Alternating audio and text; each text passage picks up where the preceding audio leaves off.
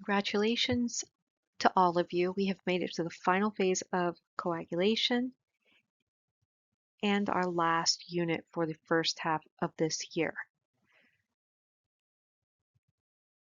Today we're going to talk about fibrinolysis, various causes of thrombosis, and DIC. It makes you wonder, to clot or not to clot? That is the question. Come on, you guys, let me be cheesy once in a while. Come on, don't judge me.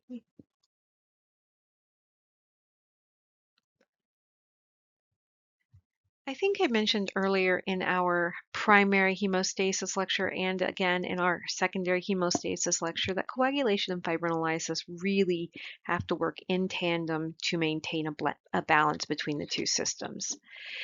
Normally, there is a balance between the two systems when the coag cascade is triggered by a stimulus and fibers formed. Plasmin is also triggered by the coag cascade at the same time. Plasmin will break down the fibrin in the clot, and we measure our fibrin or fibrinogen degradation products as a final result of this balanced system. Now, here we have the stimulus. Coag cascade is started, which triggers plasmin, which consumes fibrin. And here the coag cascade is forming fibrin. So simultaneously, the coag cascade is triggering the formation of fibrin and the breakdown of fibrin. Fibrin is broken down, and then we are left with these FDPs. Now, we measure the fibrin degradation products via the D-dimer test, which we talked about in our lab evaluation lectures. Some students might ask, why don't we measure fibrinogen degradation products? Well, if fibrin has been formed and a stable clot has been created through coagulation, and we can measure the fibrin degradation products in those D-dimers, we know that fibrin's been made, which means fibrin is also being broken down. We just want to make sure that fibrinolysis is occurring or happening as it should.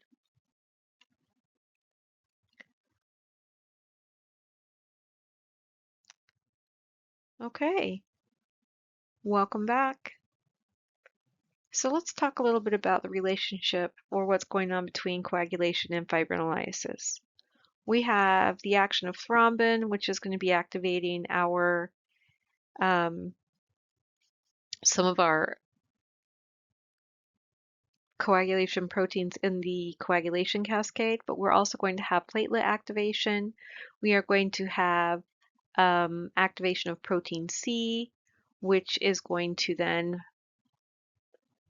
further facilitate the release of tissue plasminogen activator, which is our most important and our most abundant plasminogen activator, and that's going to activate plasminogen into plasmin. So as you can kind of follow the chain, you'll see how thrombin kind of affects all of the different pathways. Of course, we don't have necessarily the every direct step or every direct key point, but you get the idea. Thrombin's, doing a little of this and a little of that.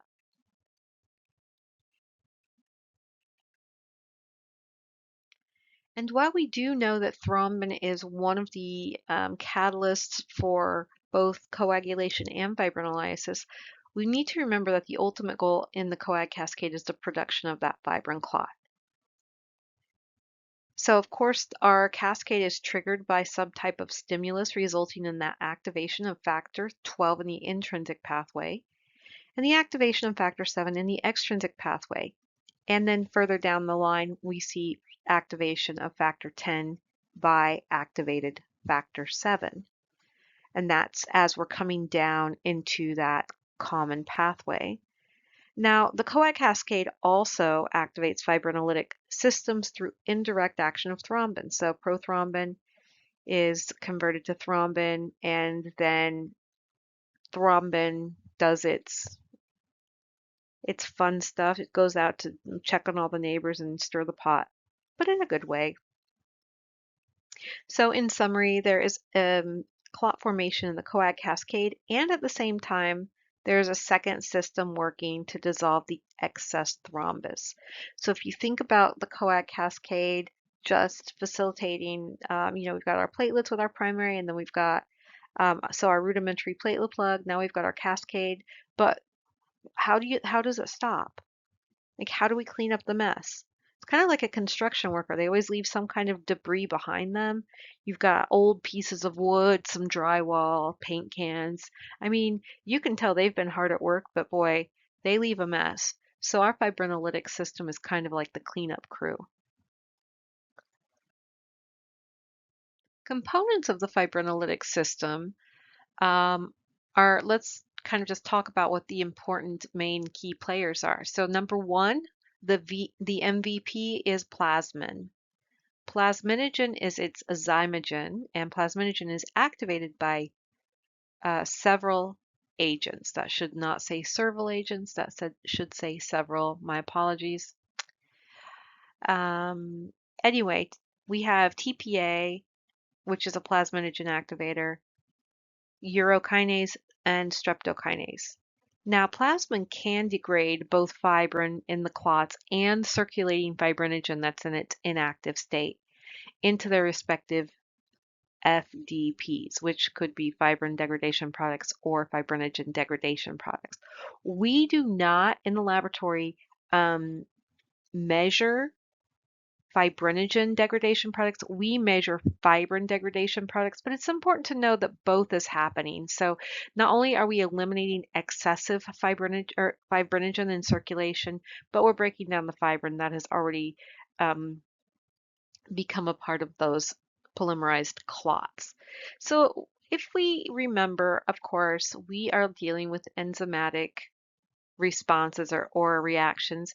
Here at the bottom, we have an activator, and that activator can only activate the zymogen that it is specific for. So here we've got our enzyme binding site. Here we have our activator, and whoop, in goes the activator, and now we have been activated into plasmin. Plasmin goes out seeking fibrin, fibrinogen, and as fibrin and plasmin come together, fibrin is broken down into smaller pieces.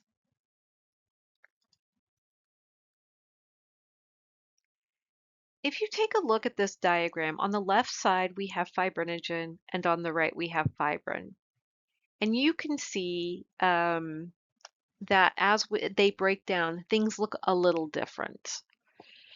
So fibrinogen gets broken down into fragments X and Y, and then further broken down into fragments D and E. So you can see that down there on the left-hand side. Fibrin, however, ultimately gets broken down into a D dimer. Now we call it a D dimer because ultimately they're D fragments that are in a complex or pair. And this is exactly what the D dimer is testing for.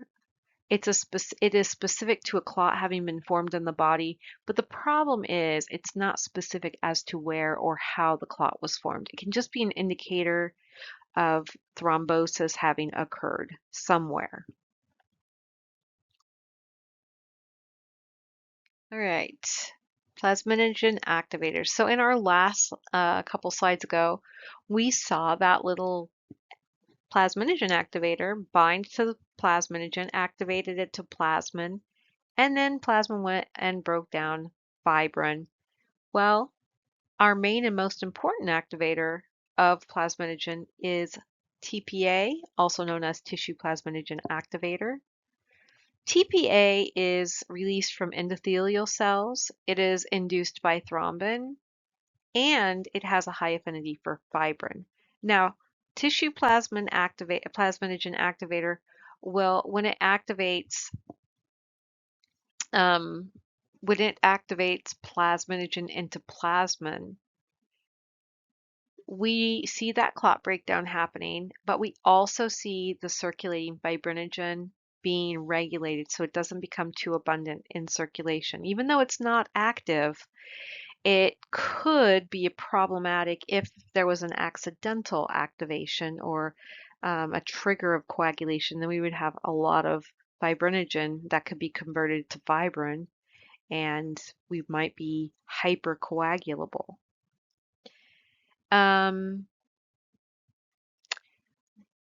So what would happen if our TPA levels were too low? Again, we wouldn't be able to break down fibrin or fibrinogen appropriately, and we might become hypercoagulable. If, however, our TPA levels are too high, it means too much plasmin would be in circulation, breaking down not only clots that were present, but eating up all of the fibrinogen that's in circulation. So that we would perhaps have a low fibrinogen level if the need for coagulation arose. So in this case, we might be put at risk for bleeding or hemorrhage.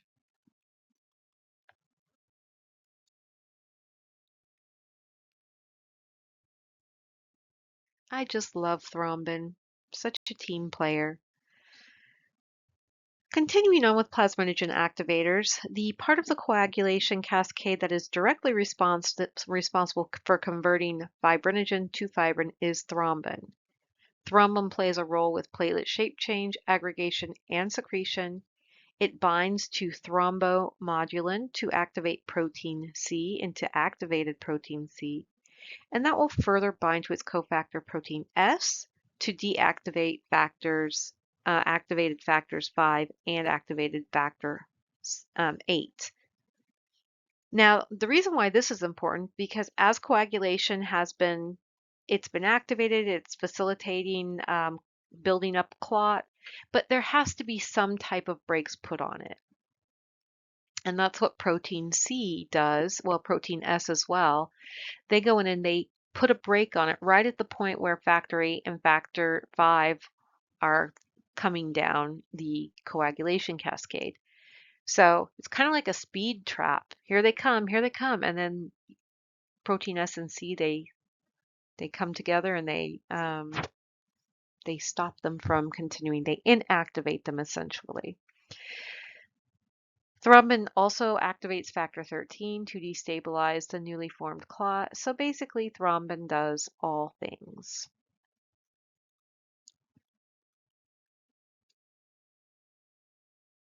Not only do we have thrombin as a plasminogen activator, we also have a couple of other plasmin activators. We have urokinase and streptokinase. And these two plasminogen activators they can cause some problems, but they can also be helpful. So let's talk about ways that they're going to be perhaps a little problematic in the beginning. So urokinase is an endogenous plasminogen activator that is synthesized in the kidneys, hence the name urokinase, and it is excreted in the urine. It has a lower affinity for fibrin compared to TPA, because remember, TPA is our best and our finest plasminogen activator and our most abundant, but urokinase will do the trick.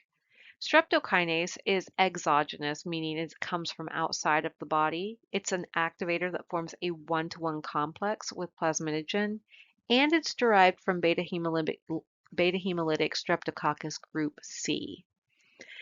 We can use streptokinase as a therapeutic method for breaking down clots quickly in patients with myocardial infarctions, pulmonary embolism, and arterial thromboembolism. So in some cases, we can utilize these therapeutically. In addition to plasminogen activators, we also have plasminogen inhibitors. These are important to regulate the activators so that they don't overactivate plasminogen into plasmin. So if you look at this little diagram here, we've got some blue arrows and we've got some red arrows. Our blue arrows are going to be representative of things that activate plasminogen. So we have TPA, we have urokinase, we have factors 11, active factor 12, and kallikrein. Now, the red arrows are representative of our inhibitors, our plasminogen inhibitors.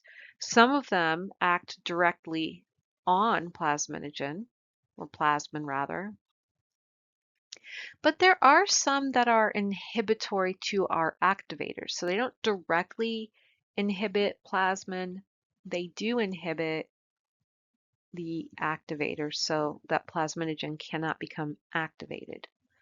Let's talk about the first one. The first one is the arch nemesis to our TPA. It is called plasminogen activator inhibitor. So it says there right in the name, our Pi1 is the main inhibitor of plasminogen because it works primarily by inhibiting our activator, our main activator, tissue plasminogen activator. So what do you think would happen if PAI or Pi1 levels were too low? Well, if they were too low, there would be less inhibition on our TPA. Our TPA might activate too much plasminogen into plasmin, and then we might have that plasmin go around and gobble up all of the circulating fibrinogen. Oh, my brain just went blank for a minute. And especially if for some reason we don't really need to break down all of our fibrinogen, we don't have any clots going on, and the normal regulatory process gets a little out of control. So we would be definitely at a high risk for bleeding. But if PAI1 or Pi1 levels are too high, it would over-inhibit TPA, causing us to potentially become thrombotic, which would be bad news.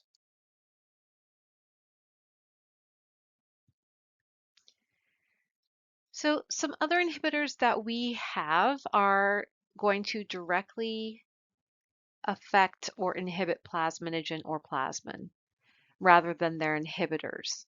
Our first is our alpha-2 antiplasmin, and this is kind of fascinating, but our alpha-2 antiplasmin binds to plasmin to form an irreversible one-to-one molar ratio bond.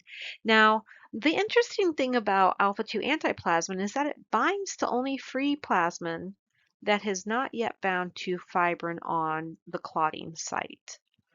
But if there is plasmin that is already bound to the clot and is doing its normal good job breaking down the clot like it's supposed to, the alpha-2 antiplasmin will not interfere, and it ensures that lysis of the clot can continue by the plasmin that is already bound to the fibrin, and this is really to prevent excess plasmin from breaking down the circulating fibrinogen, but allowing it to continue to do its job breaking down the thrombosis or the thrombi. The alpha-2 macroglobulin, it combines slowly with plasmin to neutralize excess plasmin once alpha-2 antiplasmin is saturated. So this is the backup. This is the wingman or woman, the wing person who basically sits back, lets alpha-2 antiplasmin do the job, and then is like, all right, I guess I'll help. Not a very good wing person, if you ask me, but what do I know? All right, and then we have thrombin activatable fibrinolysis inhibitors, or sometimes we call it TOFI. This is going to be activated by that thrombin thrombomodulin complex. So remember, thrombin binds to, or forms a complex with thrombomodulin. It inhibits the binding of plasminogen to the C-terminus end of the partially degraded fibrin. And this inhibits further production of plasmin. There are a couple of others to know, our C1 inactivator and our A1 antitrypsin. We will talk about those. I just want you to know that those are plasmin inhibitors. You don't need to know the biochemical processes, but we will talk about them. And if you have further questions, please reach out to me. I'd be happy to fill you in on that. But just for time sake. They're kind of the minor inactivators or inhibitors, but they still have an important job.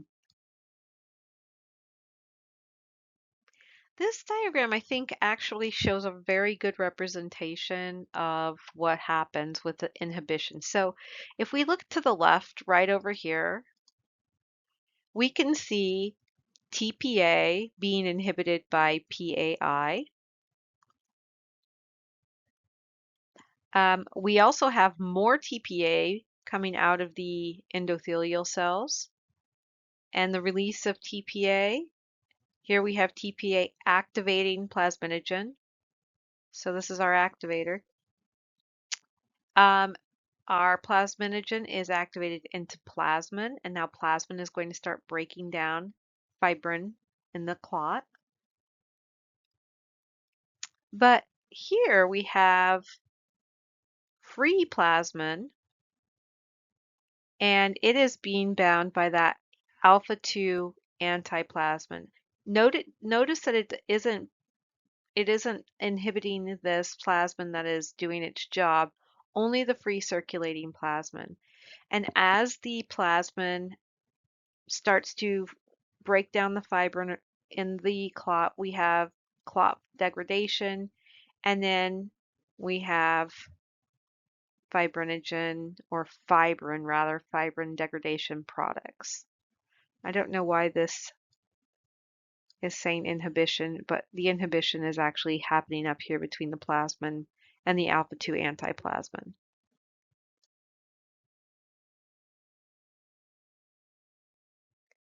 Here we are talking about DIC again, otherwise known as disseminated intravascular coagulation. What exactly is DIC? I know we've talked about it in our white cell unit, in our red cell unit, we talked about it in our coagulation, we've talked about it in almost every unit, and that's because DIC is kind of a big deal. Essentially what DIC is, we classify it as a consumptive coagulopathy. And consumptive coagulopathies occur when a pathologic stimuli causes an overactivation of the clotting cascade. This may lead to many small clots being formed throughout the microcirculation. So if you think of the word disseminated, essentially it means kind of distributed over a wide area or throughout. So when we have all of these little clots being formed through microcirculation, what happens is these clots utilize up all of the platelets. They bind up all the platelets and all of the clotting factors, and that leads to a decrease in available platelets and clotting factors. This is the main reason why when a patient is observed or evaluated and they have DIC, they actually present with bleeding. So it's really difficult to diagnose DIC initially, and I think that's one of the reasons why it's such a dangerous coagulopathy. These patients utilize or use up all of their coagulation factors and platelets, and now they don't have any when they need them. Another clinical finding can be ischemic tissue damage caused by that vascular occlusion. So if you think about all of these little clots in your circulation, they get to the very tiny capillaries, the tiny vessels, and now those vessels get blocked with clotted blood or blood clots, and that occludes it, and now those tissues cannot properly be oxygenated. So there's damage that occurs because of that.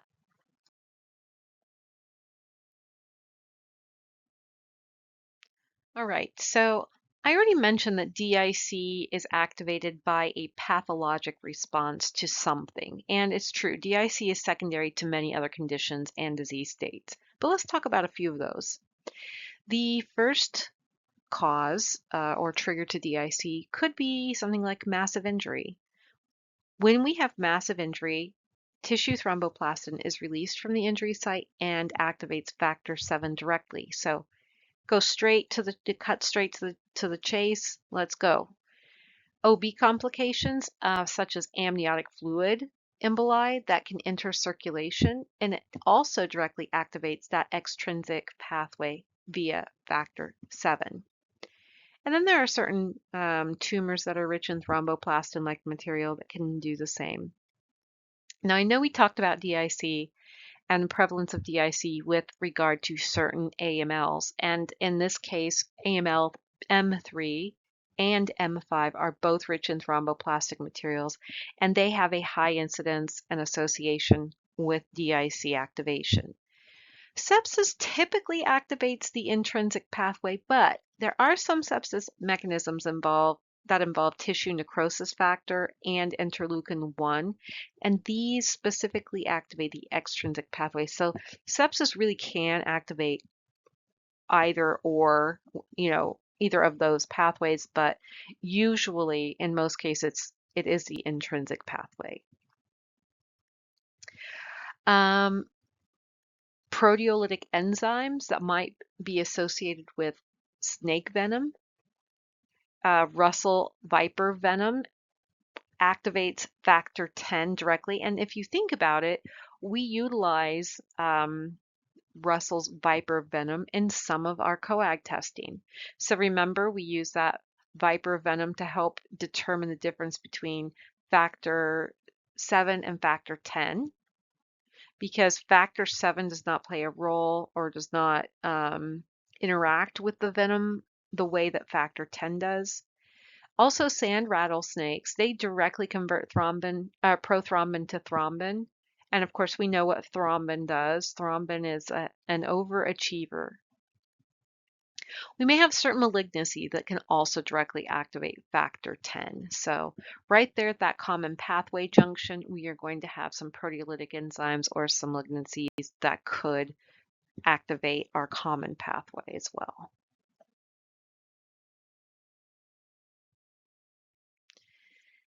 So some of the clinical presentations or prognosis for these patients with DIC, it may vary depending upon several factors. Now, first thing we want to know is the initial activation of the coagulation cascade or the fibrinolytic system? So what activation occurred first? Was the magnitude and duration of the pathologic stimulus, for example, was a patient exposed to a lot of viper venom or just a little? And for how long? Did they get treatment quickly or no? The ability of the RES to clean up. So our reticuloendothelial system, we have those macrophages that kind of clean up the mess. Maybe the ability of liver and bone marrow to compensate by accelerating platelet and clotting factor production. And what extent a given organ is affected by the hemorrhage or thrombus. So remember, these patients have a thrombotic expression initially, and then once the thrombosis is disseminated through the entire body and they have utilized up all of their platelets and their coagulation factors, that is when they present clinically as a bleeding disorder. So don't get confused. They look like they're bleeders. They have prolonged PTTs, but in reality, the reason they have those prolonged PTTs is because they've utilized up all of the supplies and resources for clotting. Not only do patients with DIC have a prolonged PTT, they also have a prolonged PT. We just talked about how sometimes the extrinsic pathway is activated, sometimes it's the intrinsic, but sometimes it's all of the pathways. So if we have that common pathway that's being activated, well, of course, we're going to have both prolonged PT and PTT. And again, that's just due to the factors being used up. Now, the interesting thing about diagnosing DIC, and I have said that it's a little tricky to diagnose, there is no single test that can be used to diagnose DIC. Rather, we really have to rely on clinical presentation and multiple different types of test results that kind of are paired and compared to the patient's clinical presentation and history. So we are first going to run a coag screen with a PT and PTT. Those are usually both prolonged. We're going to see the patient with thrombocytopenia. Again, those platelets were all being used up. We're going to see some schistocytes. And we did talk about those schistocytes with regard to DIC when we first started our red blood cell unit. So again, it's showing up. Schistocytes are going to be present on that peripheral blood smear with patients who have DIC. And the reason why is, again, we've got a disseminated clotting all throughout the body and into those smaller vessels. And as blood tries to pass through those clots or pass them to go into the smaller vasculatures, as they should, to oxygenate the tissues, they get shredded up a bit. Yep, they get damaged by those clots. We are going to be utilizing that D-dimer. Now that D-dimer will show that clotting has occurred and that we have fibrin degradation products to measure. Essentially, we have fibrin formation and breakdown that's occurring. The problem with the D-dimer is it's very vague in terms of diagnosis. Now, it can tell us that fibrin has been formed. It can tell us that there's clot breakdown occurring or fibrin breakdown occurring, but what it doesn't tell us is why is there a clot and where is the clot at. So it's just kind of like a little hint in the right direction. These patients might also have low levels of antithrombin, which is a natural anticoagulant, and that's because it will try to bind to thrombin and factor 10 to inhibit coagulation. So antithrombin is trying to do its job, right? It's trying to stop that coag cascade from overreacting. But in the meantime, antithrombin gets all bound up, and now we don't have enough of that left either. We might have a platelet-specific protein, so PF4 or beta thromboglobulin. We may have direct measurement of plasminogen or TPA. And some patients may present with a normal lab value due to compensation by liver or bone marrow, but depending on the condition that's triggering the DIC, it could easily be retriggered. If say, for example, sepsis is the cause and the patient is still septic and, everything is compensating, but it would be unlikely for a patient who had sepsis to be able to compensate, though, because obviously we're going to have things like low blood pressure, which is going to essentially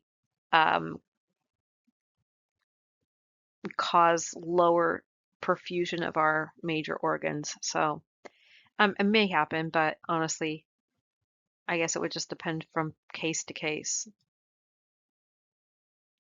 So this is kind of a good picture of what's going on. So we have this accelerated clotting within the blood vessels. So here we're in the vessels. We're having more and more activation of platelets. We are consuming those clotting factors. And now, because we have utilized all of our clotting factors, if an injury were to occur, now we have uncontrollable bleeding and hemorrhaging. So that's kind of what's going on.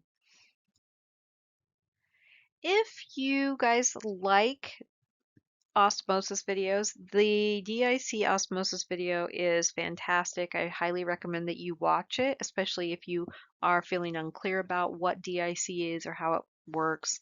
But yeah, definitely take a look at those. I do have that link posted in the resources for you. I think you can find them on YouTube for free as well.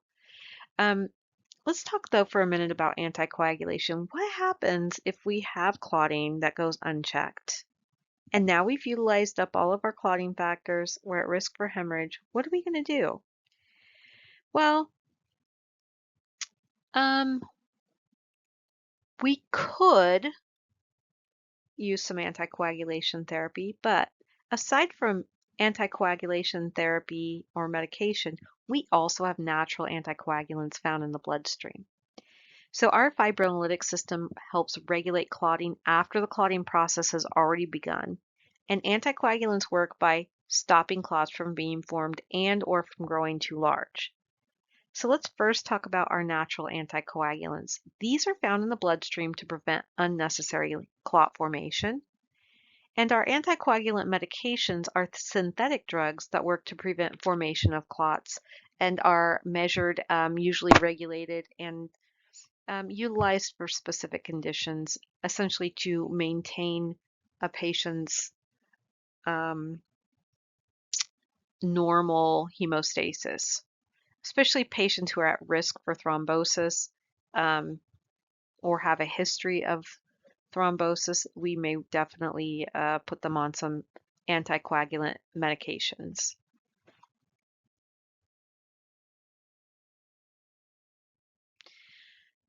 So what are our natural coagulants? Well, we have a few. The first one is antithrombin 3, or you might see it written as AT3. It's the most important serine protease inhibitor in the coagulation system. The main mechanism of this anticoagulation is binding excess thrombin and factor 10. So we know that thrombin has got their hands in all the pots. Well, antithrombin comes in and challenges that. It also inhibits factors 7, 9, 11, and 12. So antithrombin is a busy natural anticoagulant. Heparin is given therapeutically. However, heparin isn't really an anticoagulant all on its own. Heparin actually just exerts its anticoagulant effect by amplifying antithrombin 3's action by over 1,000 times the normal amount. So if you were to have a low antithrombin, you would be able to take heparin, but it wouldn't anticoagulate you the way it would with a person who has a normal antithrombin level. Now, AT3 deficiencies can cause patients to be in a hypercoagulable state because if you are deficient in antithrombin 3, that means you are now lacking one of your natural anticoagulants, and those natural anticoagulants help maintain a balance in your hemostasis. Another anticoagulant that we have is called heparin cofactor 2, or HC2. And it really only inhibits thrombin, and it doesn't really inhibit any other serine proteases. But heparin cofactor, it has an important job as well, because even though maybe it has maybe it inhibits at a lesser degree, it does inhibit thrombin, and when thrombin gets out of control, we're all in trouble. Heparin cofactor 2, hence its name, it can also bind to heparin, and like AT3 does, but to a lesser extent. So again, heparin can also boost the effects of heparin cofactor 2, but not as well as it does to antithrombin. A couple of other natural anticoagulants are protein C and protein S. I like to, how shall I say this nicely? Well, we've got some codependent natural anticoagulants because protein C needs protein S to function properly. And a deficiency of either protein C or protein S will cause hypercoagulability. So remember, we talked about activated protein C. It puts on the brakes for activated factor 5 and factor 8, but protein C has to be with protein S all the time, or it cannot do its job.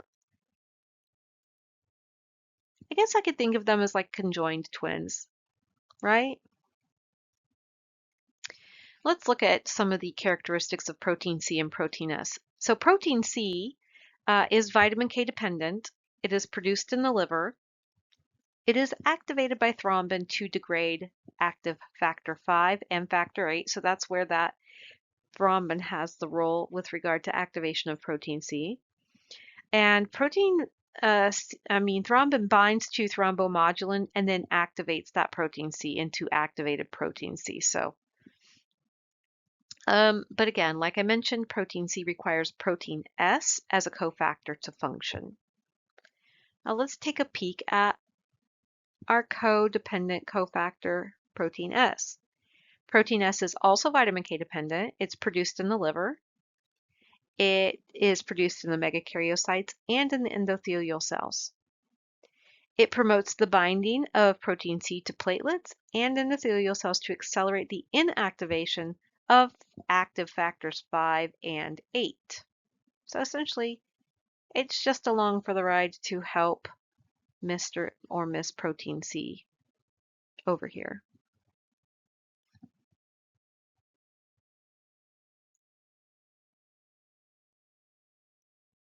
Another important natural coagulant that we have is called tissue factor pathway inhibitor. This particular inhibitor, or TFPI, inhibits the extrinsic pathway. And you can see this little purple arrow where in the picture that's pointing to the blue circle, it's at that point, that tissue factor inhibitor is right there.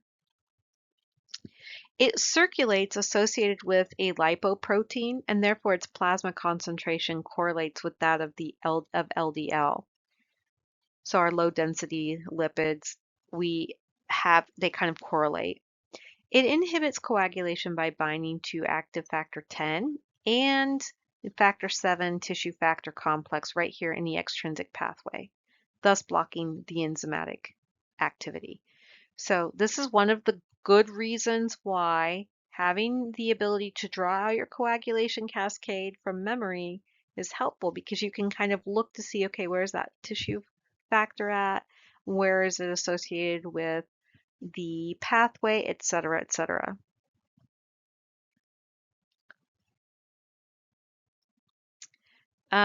It also will bind to active factor 9, forming an active factor 9 TFPI complex, and that is going to inhibit factor 9 activation by active factor 8 and tissue factor. So it's kind of blocking it on both sides.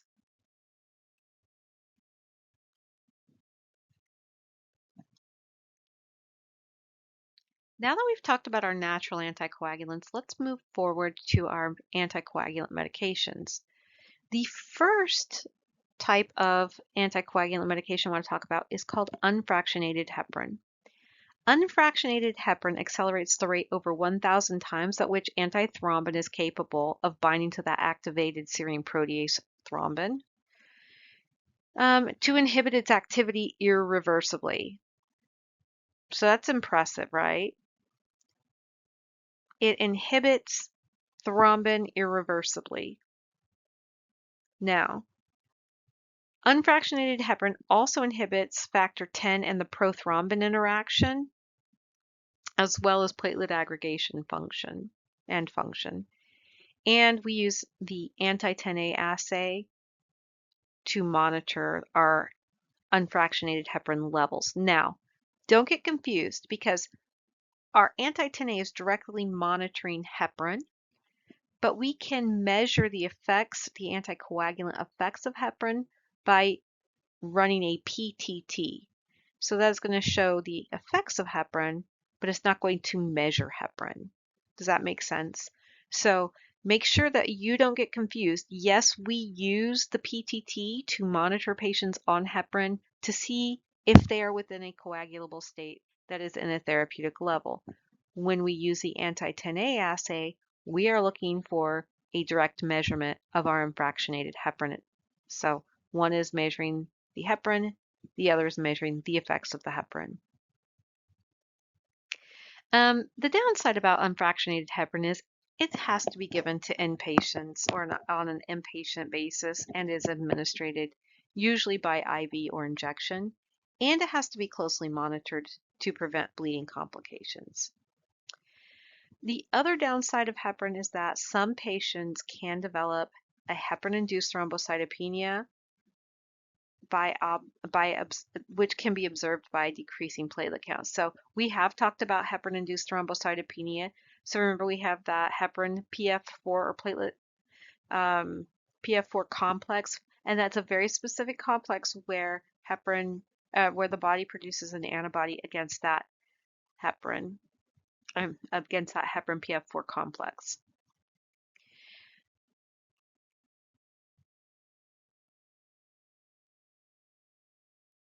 Heparin is used most frequently to treat venous thrombosis patients, or sometimes they call them deep vein thrombosis patients, or DVT. The reason why we use heparin for DVT patients is to prevent propagation of the thrombus and to reduce the risk of embolus. What is thrombus? Thrombus is essentially a blood clot that forms in the blood vessel, and embolus is a blood clot that has traveled and now occluded a important or major artery or organ and has occluded it from getting proper circulation. You may have heard of a pulmonary embolism. That's essentially where a blood clot has either formed or most of the time has traveled through the vasculature and then lands in the lung, occluding the patient's ability to get oxygenation or circulation to their lung tissue. And unfortunately, can be lethal. So initially what we find is we will have our regular amount of clotting agents, and then blood begins to leak through a small, injury in the wall. Effective clotting is going to come. We're going to have that platelet plug, and then we'll have it's going to, like our regular coagulation cascade, and then it will plug the hole or the damage. But then sometimes too many clotting agents accumulate and a thrombus forms, partially blocking blood flow. So what heparin can do in a low dose heparin will essentially clear that thrombus, but leave enough of the clotting agents for the effective closure of that vessel. And then a high dose heparin completely eliminates the clotting factors or the clotting agents. This leads to uncontrollable hemorrhage through the vessel wall defect. So dosage is really important in order to maintain a good balance of both therapeutic treatment for a patient who's at risk for thrombus or thrombosis, but also it could put the patient at risk if we don't monitor. And that's why the anti-10A assay is so important for us to use when we're monitoring unfractionated heparin use. We want to make sure the dose is good. We don't want to over heparinize a patient, nor do we want to under heparinize them. Another type of anticoagulant that we use as a medication is called low molecular weight heparin, and it is another form of heparin essentially. It's prepared from unfractionated heparin by fractionation and depolymerization. So that's why we call it fractionated heparin instead of unfractionated heparin. It has the same mechanism as unfractionated heparin, but it does have a stronger effect on the activated factor 10 inhibition. It is more completely absorbed from the subcutaneous site of injection, so that one dose has the same effect of a regular heparin, but minimizes the chance of bleeding complications. If it is used to treat thrombosis, monitoring isn't as necessary as it would be if a patient was getting intravenous unfractionated heparin. But if it's used to treat patients with thrombosis, we do have to require monitoring it with the anti-10A. And the reason for that is we want to make sure that those patients are within a normal in a normal hemostatic state, and that their low molecular weight heparin is at a therapeutic level that is going to prevent thrombosis from occurring. Or we want to make sure that it is breaking it down. The other good thing about low molecular weight heparin is that we can give this on an outpatient basis, and it is safe for pregnancy. Now, you may or may not have heard this, but a lot of pregnant women suffer from thrombotic events, and part of that is just hormonal. Some of it is physiological. But if a woman does have a history of thrombosis or has any thrombotic complications, this low molecular weight heparin is safe for her and baby. One of the brand names that we see pretty often is called Lovenox. So if you ever see Lovenox or enoxaparin, know that they're just talking about low molecular weight heparin. We've got a couple of other classes of anticoagulant medication. The first one is called a direct thrombin inhibitor. Now, this is a class of drugs. There are a few different types. So hirudin was first crudely extracted from medicinal leeches in Germany in 1884, and it was used as an anti-clotting agent until the discovery of heparin. Now, you may recall heparin, it can be from a bovine source or a porcine source. This is from a leech source. And I don't know, I find that slightly unpleasant, but we are scientists and we know that the world offers natural therapies for us. We just have to discover them.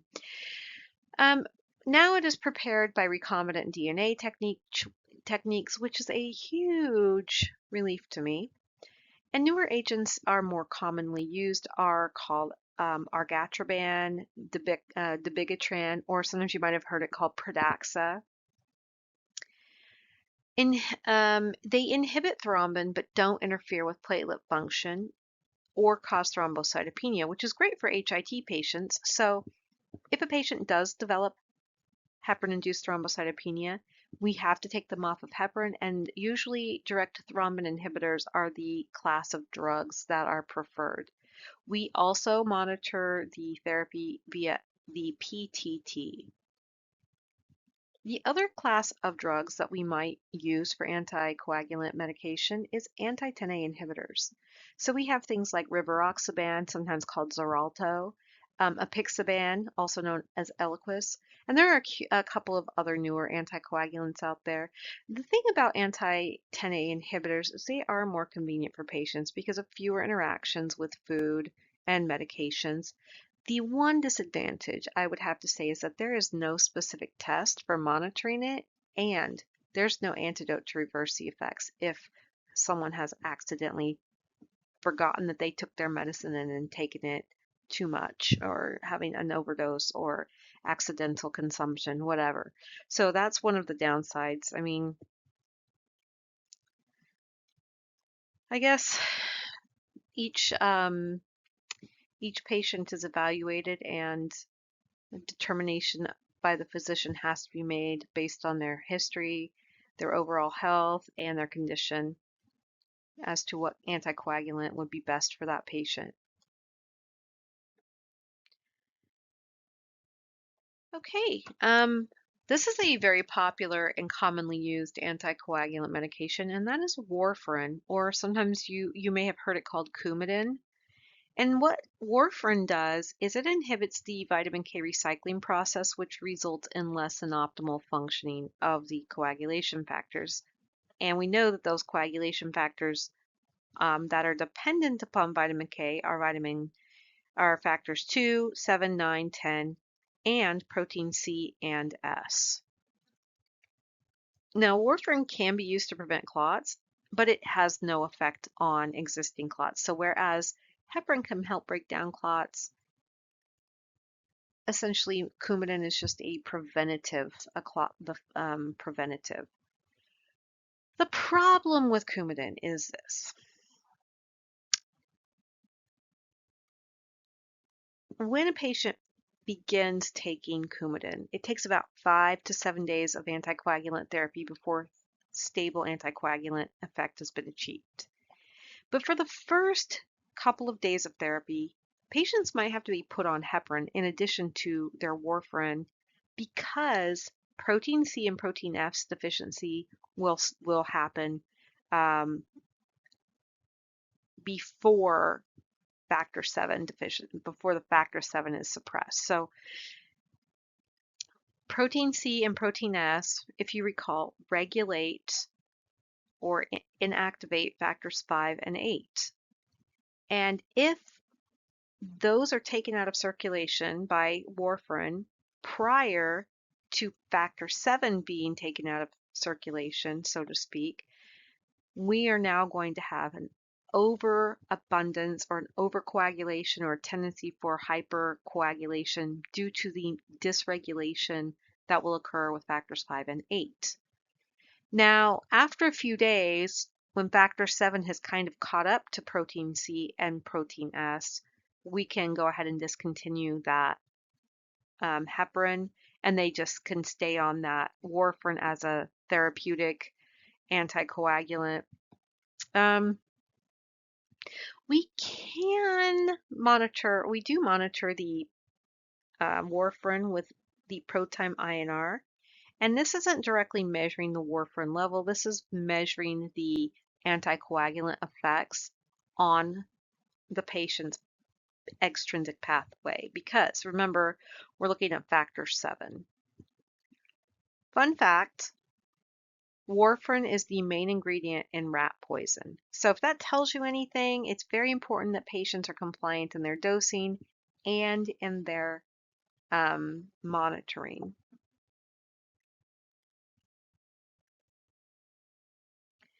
I will tell you, there are a couple of bonuses for Coumadin.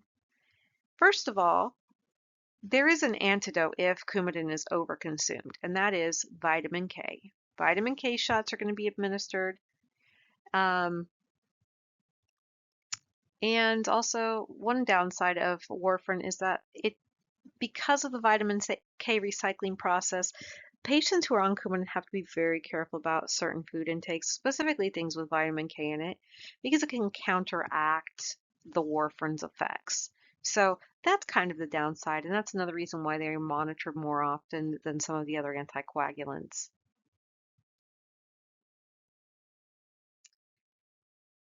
So what are thrombolytic agents, aka clot busters? Well, we have a couple of them that are naturally occurring, but also can be utilized as antithrombolytic or thrombolytic agents. They differ from anticoagulants in that anticoagulants are intended to prevent clots before they occur, whereas clot busters intend to break them apart with existing clots or embolisms formed by clots. It's true that heparin does sort of break down clots, but not in the way that you might think, or not in the way that thrombolytic agents do. So essentially what heparin does, if you think back to that slide we just had, it eliminates excess thrombotic material, but it allows enough to be left behind that it doesn't break up the clot that has formed. It just prevents more clot from forming. They work by activating plasminogen to break down clots. So they go in and utilize that fibrinolytic system to activate plasmin or plasminogen to plasmin, and then it's given to a patient presenting with deep vein thrombosis, pulmonary embolism, ischemic stroke, and we do that within about 3 to 4 hours. We can give it to myocardial infarction within about 12 hours. So let's talk about the different thrombolytic agents or clot busters. So the first one is called streptokinase. Streptokinase complexes with plasminogen to activate. It has a lesser specificity for fibrin, but it can also destroy fibrinogen and lead to hypofibrinogenemia. So if we have an overabundance of streptokinase circulating, it can cause us to develop low fibrinogen levels. Urokinase has the same mechanisms as streptokinase, just comes from a different source. And then TPA, we've already talked about, is our primary, it's our primary plasminogen activator. It has a higher specificity for fibrin and resistance to PAI-1. Now, this is the one that you may have heard of, where if a patient has an ischemic stroke, or sometimes called a thrombotic stroke, we really want to be able to maintain and keep the integrity of the tissue in the brain, or in the case of a myocardial infarction, the heart muscle. We don't want any brain damage to occur due to that ischemia, and so we utilize TPA. Within a few short hours, we can eliminate the higher risks of patients developing that damage from the ischemia in their brain. So yeah, it's really important. If you know anyone who has a stroke, definitely want to keep track of the time and make sure you get them to the hospital and have that TPA administered within 3 to 4 hours.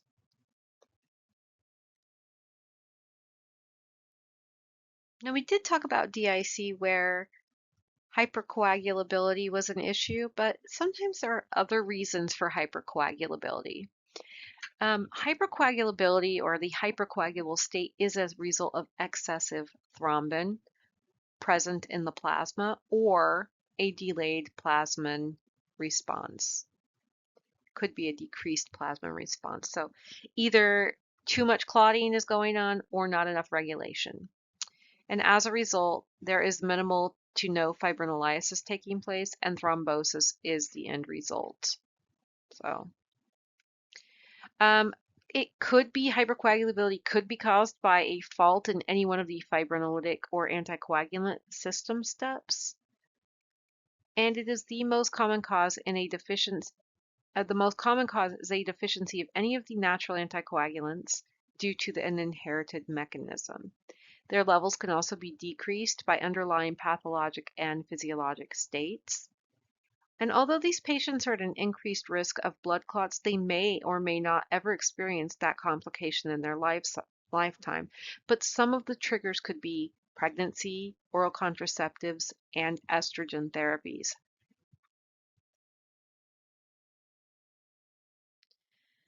So we've talked about a few of these conditions already, or some of these factors, I guess. But let's look at some of the possible pathologic conditions that can cause a hypercoagulable state.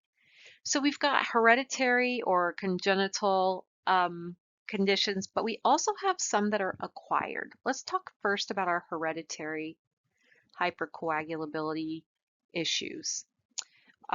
First and most common amongst Caucasians is our factor V Leiden mutation. There is a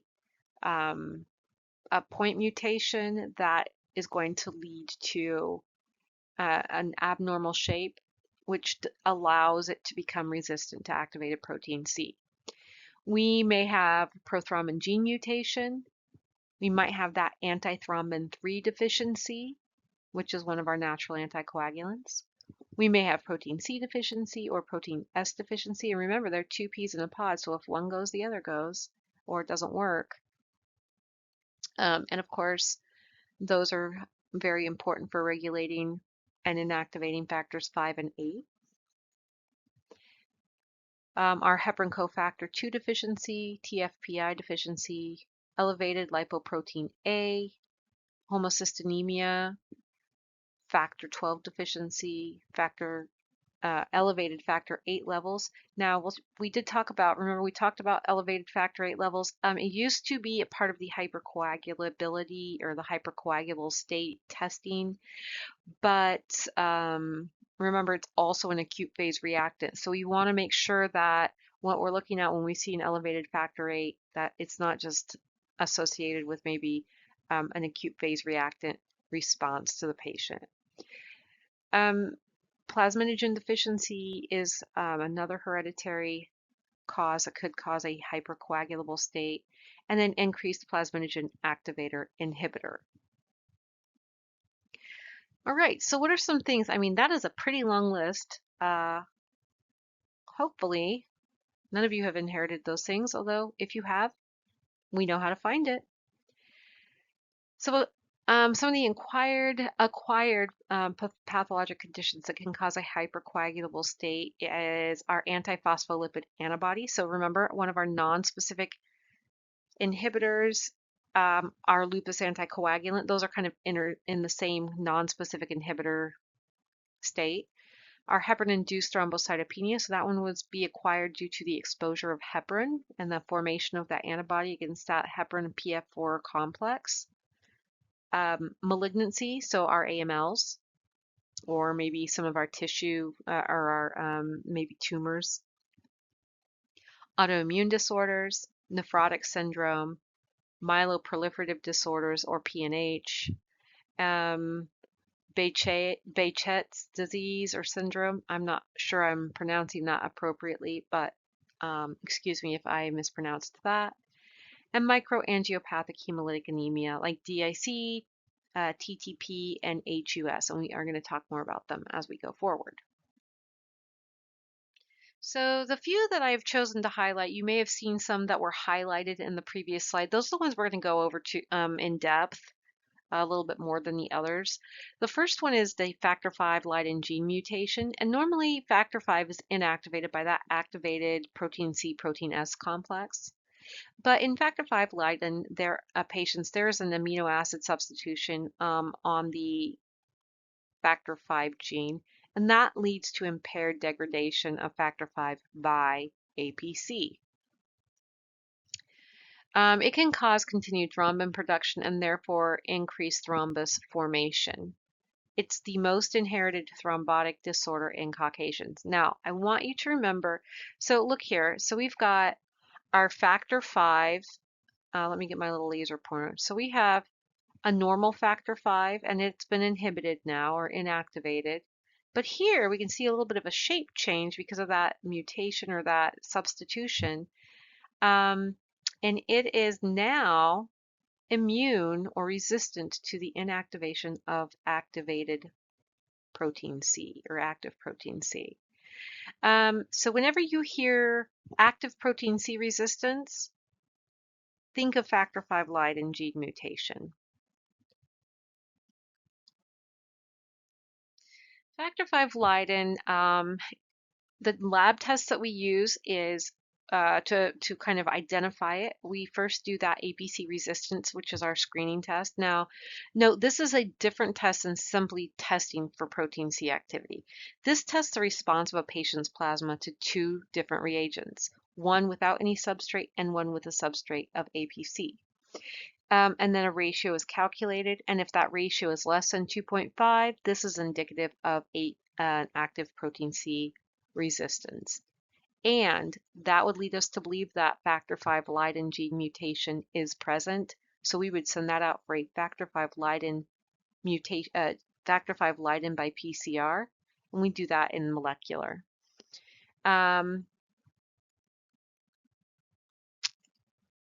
Prothrombin gene mutation is a single point mutation in the prothrombin gene on chromosome 11. And what happens is it causes increased risk of prothrombin, increased levels of prothrombin, and consequently increased thrombin production. So we know how thrombin is.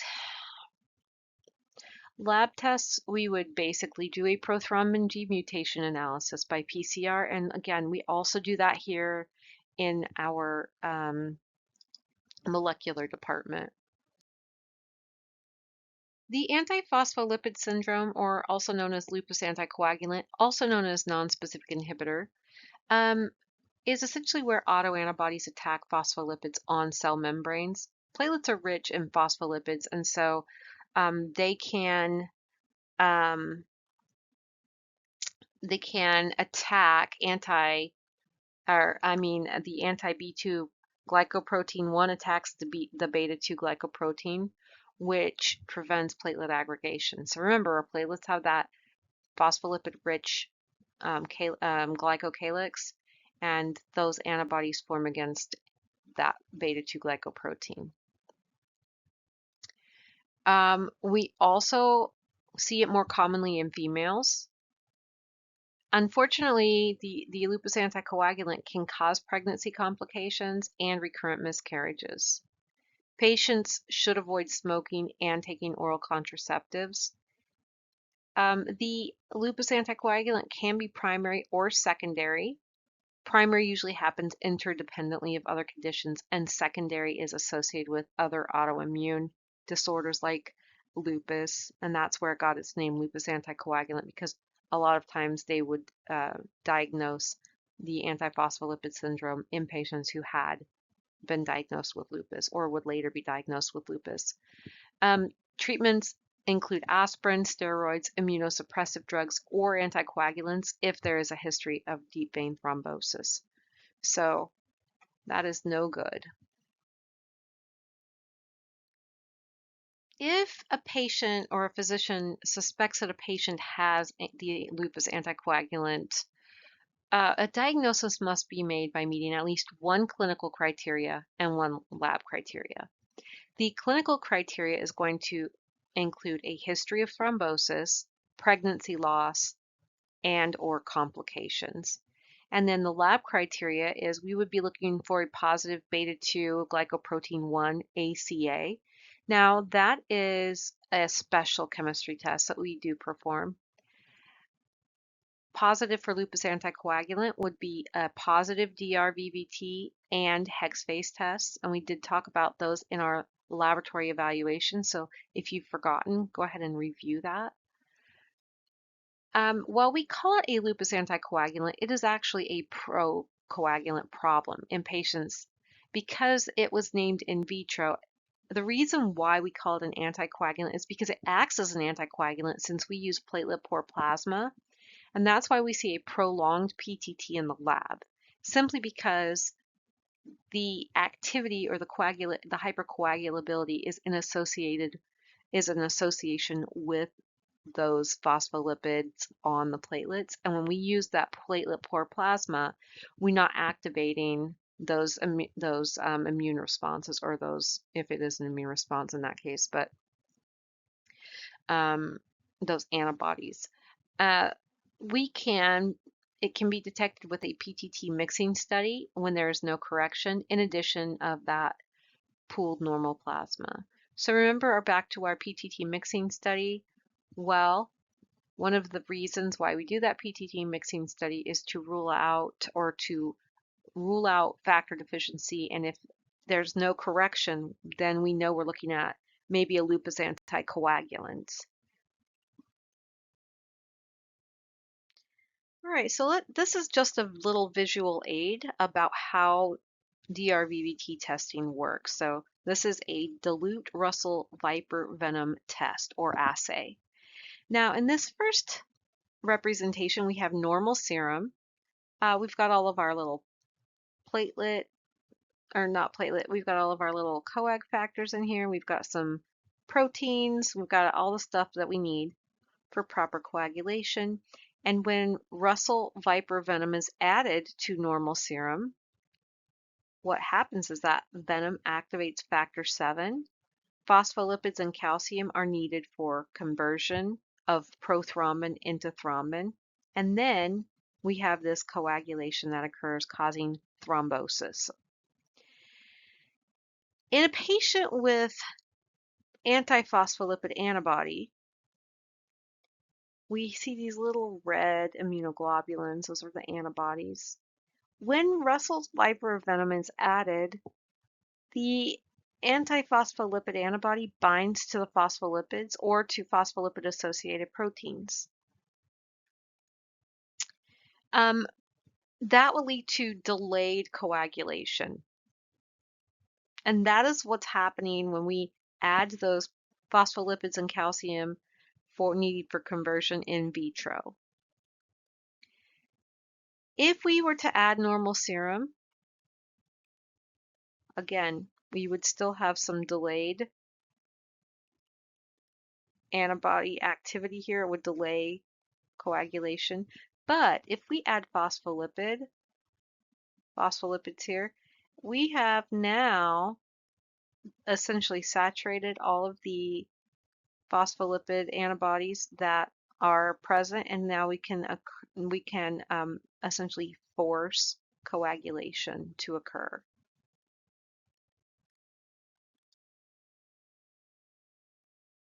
I don't know about you all, but I am beat. I'm going to call it a day. I hope you have a wonderful day. Study hard. If you have any questions about what we've talked about today, please feel free to reach out to me. And again, study hard. Happy studying.